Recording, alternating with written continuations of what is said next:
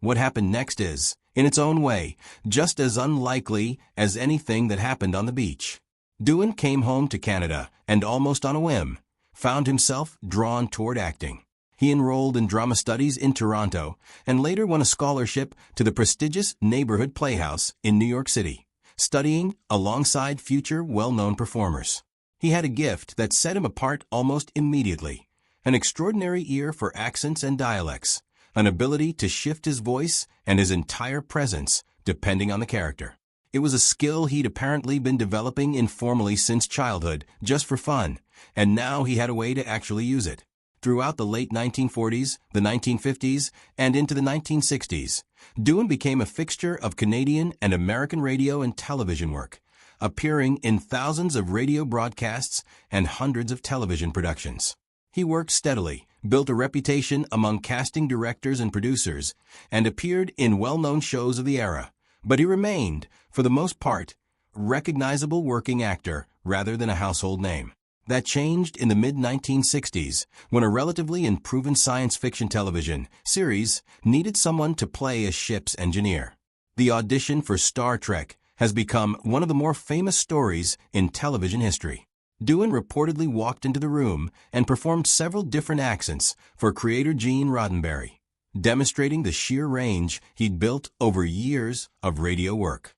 When Roddenberry asked which one he thought worked best for an engineer character, Doohan made the case for Scottish, arguing that Scotland's deep shipbuilding history made a Scottish engineer feel authentic and believable. Roddenberry agreed, and the rest became television history. There's a deeply personal layer to that choice that often gets overlooked. Doohan said he had learned a convincing Scottish accent years earlier, during his military service, from a fellow soldier from Aberdeen whose speech he initially couldn't understand at all. So he studied it until he could imitate it precisely. The voice that became instantly recognizable to millions of science fiction fans had its roots in a wartime friendship. It was an act that required something beyond ordinary courage, the kind of clear-headed leadership that convinces frightened men to keep moving when every instinct screams at them to stop. He made it through. By most accounts, Doohan also engaged enemy snipers during the advance inland, helping to neutralize threats that were picking off Allied soldiers as they tried to secure the beachhead.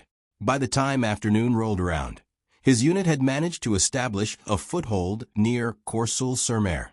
It had been, by any measure, a brutal but successful day, the kind of day that should have ended with exhausted men finally allowed to rest.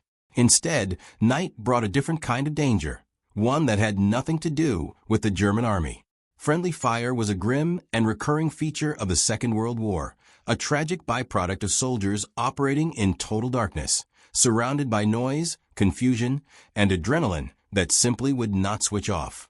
Historians estimate that thousands of Allied troops were killed or wounded by their own forces during the war, not because anyone was careless or cowardly, but because war at night in chaos, with exhausted men holding loaded weapons, is an environment where tragic mistakes become almost inevitable. That night on Juno Beach, James Doohan became one of those tragic statistics. According to the story he told for the rest of his life, he had stepped away from his position for a cigarette, a small, human moment of relief after a day that had asked everything of him. A nervous Canadian sentry, watching for movement in the dark, mistook him for a threat and opened fire with a light machine gun. 6 rounds struck Doohan, for hit his leg. One shattered the middle finger of his right hand so badly that doctors later had to amputate it.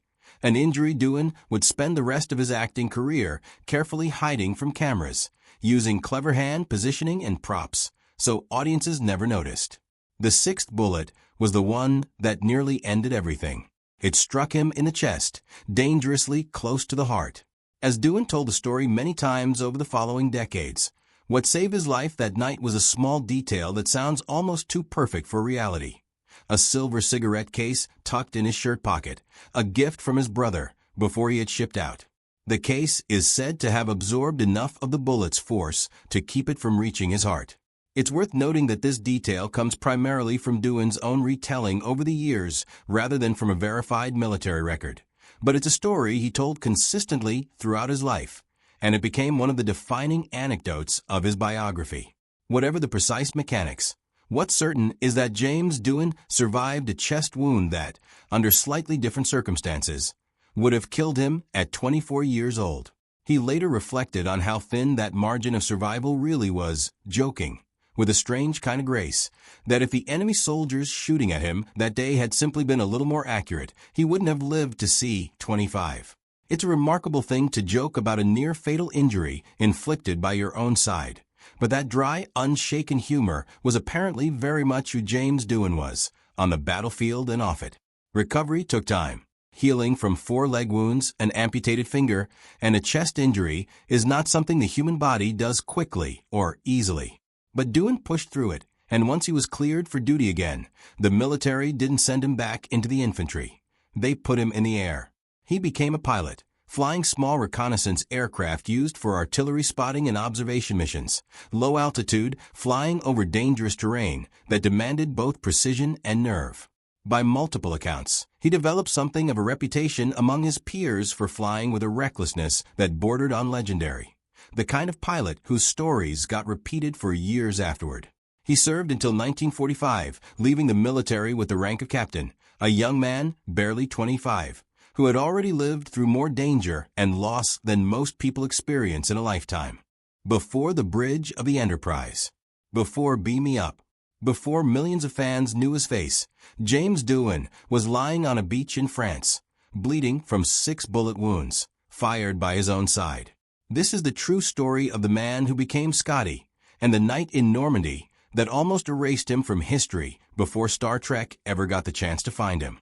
Most people who grew up watching Star Trek remember James Doohan as the gruff, lovable engineer who could always coax just a little more power out of the warp core. Scotty felt like a character built entirely for comic relief and technical miracles, the guy who complained about the laws of physics and then bent them anyway. But the man behind that role had already lived through something far more dangerous than anything the writers could invent. Decades before he ever stepped onto a soundstage, James Doohan was a soldier who crossed the English Channel into one of the bloodiest mornings of the 20th century, and he carried the marks of that morning, visibly and invisibly, for the rest of his life. James Montgomery Doohan was born in Vancouver, British Columbia, in 1920, the youngest of 4 children in a family of Irish immigrants. His childhood was not an easy one. His father struggled with alcoholism, and the home environment was tense and often unstable.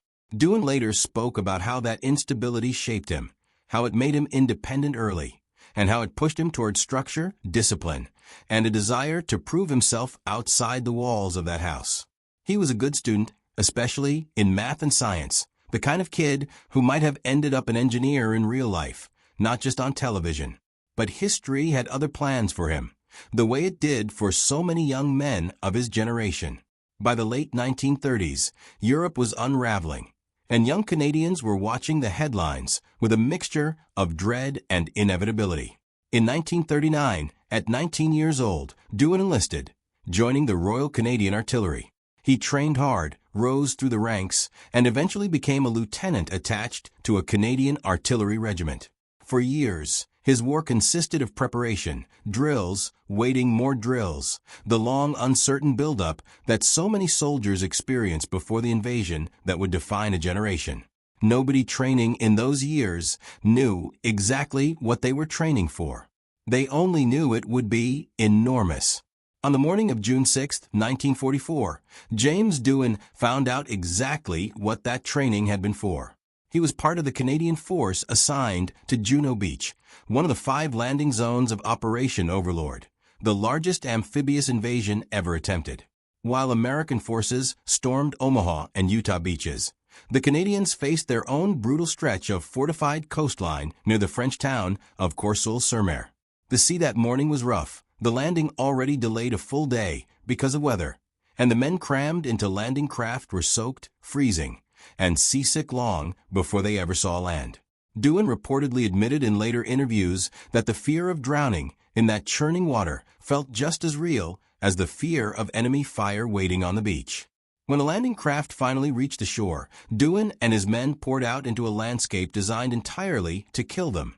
Barbed wire, concrete bunkers, mines buried beneath the sand, and German machine gun nests positioned with brutal efficiency. Dewan didn't hesitate. He led his men forward, navigating through an active minefield rather than waiting for it to be cleared. Because waiting on Juno Beach that morning was its own kind of death sentence.